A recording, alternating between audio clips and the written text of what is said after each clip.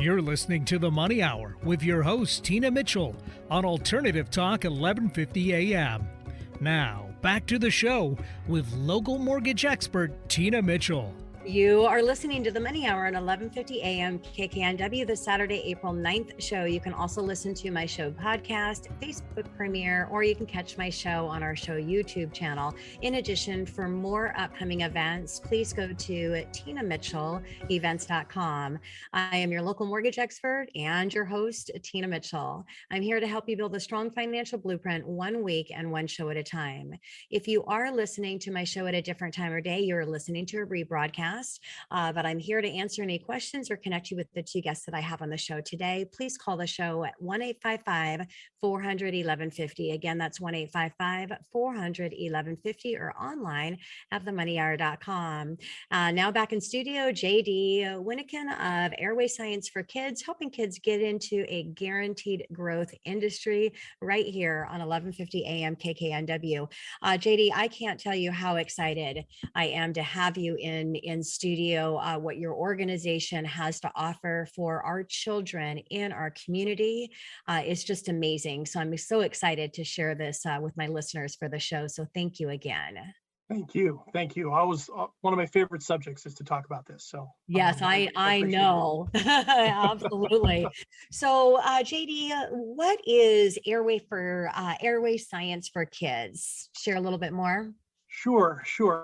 We are a 501c3 nonprofit based down in the Portland, Oregon area, but in the process of expanding our reach up into the Puget Sound and then hopefully eventually almost, I guess, a franchising approach to areas around the country. That's the long-term goal. But what we do is we provide life and career pathway opportunities for underserved youth into aviation and aerospace careers. As I mentioned earlier, there's hundreds of career opportunities in this, and aviation and aerospace is about as close as we get to a guaranteed growth industry. The demand will always be there for air travel of various kinds. Of course, the space sector is constantly expanding and will continue to do so. And because the industries are so large, there's a demand for pretty much every other kind of career opportunity under the sun to work for various companies. So a person can be an accountant and do well. A person can be an engineer and do well. A person can work in human resources and do well in this industry. And so we're trying to take what is historically a very difficult industry to get into at high levels if you don't already have wealth in your family, to provide those resources and opportunities to kids who don't have the financial wherewithal. Yeah. And so that's really what we do is try to do that and do so by taking care of the whole person along the way and helping kids see that they're not just choosing a career, they can start thinking about the kind of life they want to live. Do they want to buy a house? Do they want to have a family? Do they want to travel a lot? What things are important to them? A lot of kids don't get asked that anyway, but certainly underserved kids don't get asked that very often. So that's what we do. That's great. Sounds like the organization really touches everything and whole to bring it together through the organization. So JD, let's talk about the company mission. Well, the mission is twofold. First, for our students is to show them what is possible for them and help them to reach that. We use aviation and aerospace as the avenue, but that doesn't mean that a success story for us is only if a kid goes into aviation and aerospace. If a child learns self-advocacy, develops confidence in themselves, recognizes areas of interest that they wouldn't have discovered otherwise, and moves on to other things, we will have done our job. So our mission is to help kids find their way, first of all, in a way that's not traditional to school or things that they're used to. That's on one hand. The other side of our mission, though, is to help the aviation and aerospace industries reach their openly stated goals of diversifying their workforces for the future.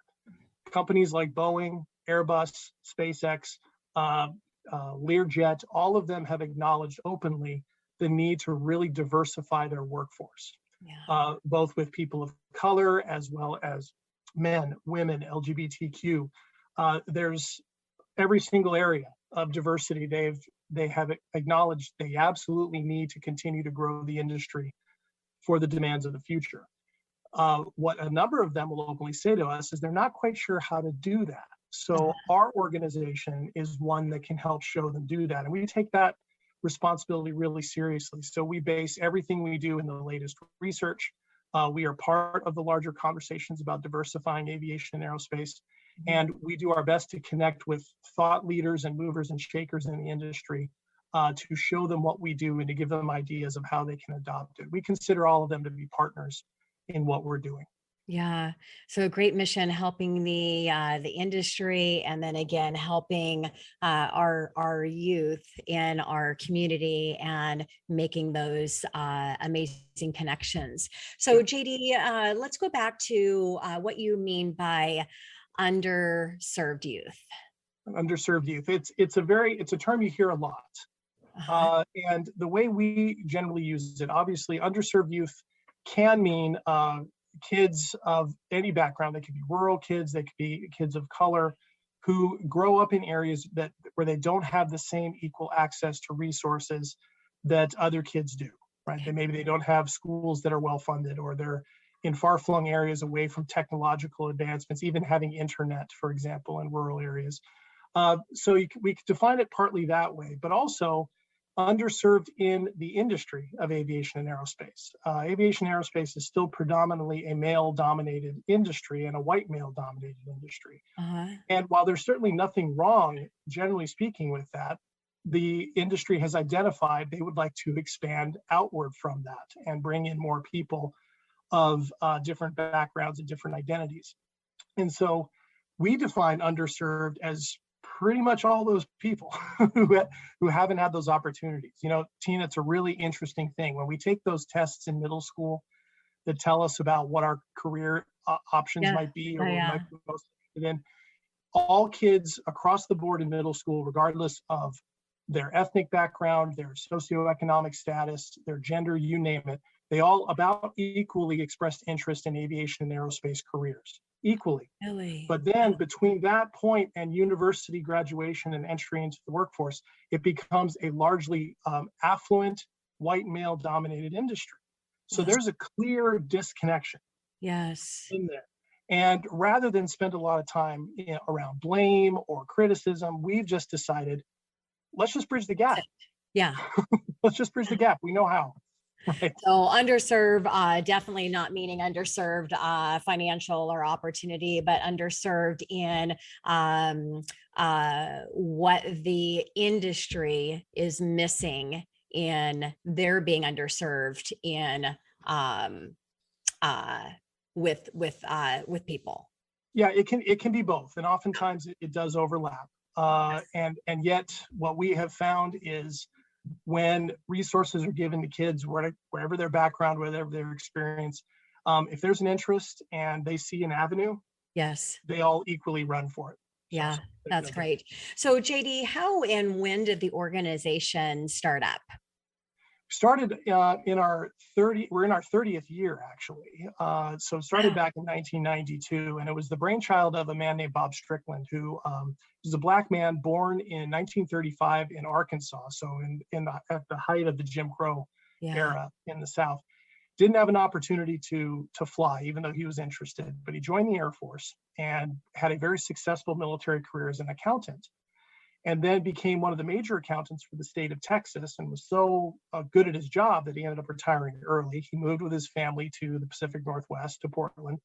And one day when he was teaching his son how to build and fly a remote control airplane, he realized his son, who didn't have a lot of interest in math, science, was learning them just through the process of working on this plane, right? And so Bob said, what if I took this time and this money that I have and learned how, as he put it, tricked kids into learning the important skills of math, physics, that type of thing. And he started Airway Science for Kids, and they started with 2-year commitments to learn how to build these airplanes, and eventually moved up to building actual airplanes. One of our flagship programs is called Teen Flight, where the Vans Aircraft Corporation, which is the largest manufacturer of kit aircrafts in the world, meaning kits you can buy and build and fly, partnered with us. And we have a cohort of kids every year, teenagers, who build this plane with Dick Van Grunsman, the owner of Vans Aircraft, and qualified aircraft manufacturing mechanics. And they build it together, and then they fly it. So Okay. they moved up to do that. So Bob Strickland, really, that was his vision, and he wanted to really connect with community resources. So now Bob died a handful of years ago, and so the organization has been really rededicating itself in the last few years to really reconnecting with the community roots that he had established so strongly, and as well as expanding opportunities in all areas of aviation, which was really his dream. Oh, that is well, that's beautiful. Thank you for sharing Mhm. that, JD. So, Sure. how does Airway Science for Kids operate as both an effective nonprofit and as a successful business? Yeah, we are dedicated to operating on sound business principles. It's a myth that a nonprofit is not supposed to make money, Yes. right? It's a different kind of it's a different kind of designation. Now, the money that we make as an effective business, we spend, we believe, properly. We pay our employees well. We make sure that the benefits are strong, and then we put everything into resources as well, all for the kids, right? Because the benefit is for everybody if everything is well invested in. Yes. So we make sure we vet our partners, who we're spending money with. Do they fit our mission? Do they practice sound business principles? If we're getting grants from government entities, are we fully aware of what's expected? Do we know when our reporting deadlines are? We make sure we pay our way. If there are services out there that people are going to use, or that we're going to use, we want them to be sound, right? We want them to be strong, and we want to pay people for their expertise. So we don't spend a lot of time going hat in hand looking for individual donations. We're always willing to take them, but we're really looking to build relationships with grant giving agencies, but particularly eventually with corporations. We're heading that direction Okay. now, because those corporate sponsorships can just go further and allow us more creative ability to do what we want to do and adjust on the fly, as well as to build a larger program to reach more kids. Yeah. So we do all of that. And the reason why we do our emotional intelligence work is to prevent things like compassion burnout, compassion fatigue among our staff, which is a real thing, and so we invest in their care as well. So we believe we've taken the best of how the best companies work and treat their employees and approach their goals, and put it alongside with the best of what nonprofits can offer in terms of a sense of mission, commitment, heart, and larger vision. So that's how we try to pull it together.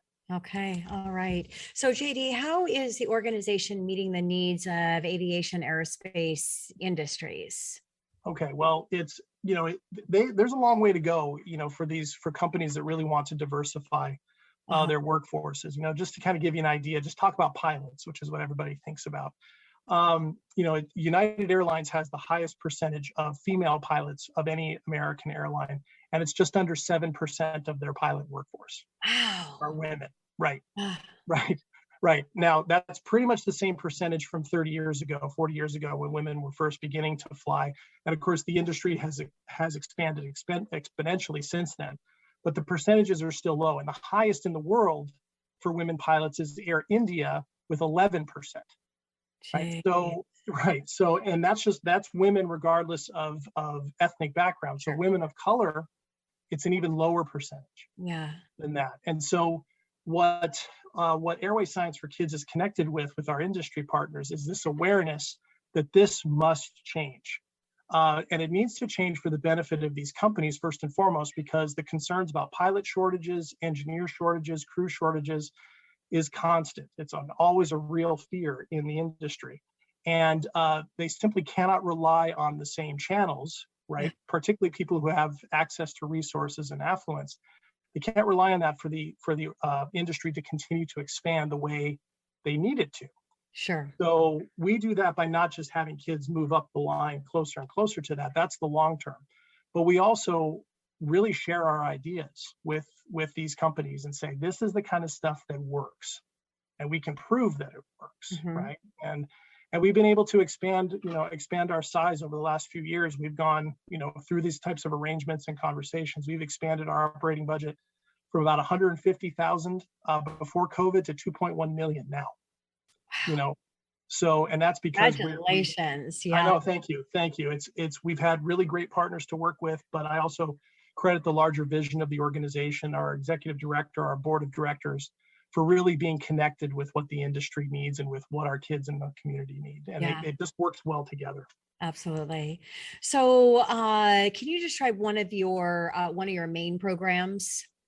Well, I mentioned the Teen Flight program, so I kind of Yep. jumped the gun Okay. there, the plane Mhm. build. But what I will tell you is about our Access program, which is our rapidly becoming our flagship program. It's for our kids 14 to 21 years old.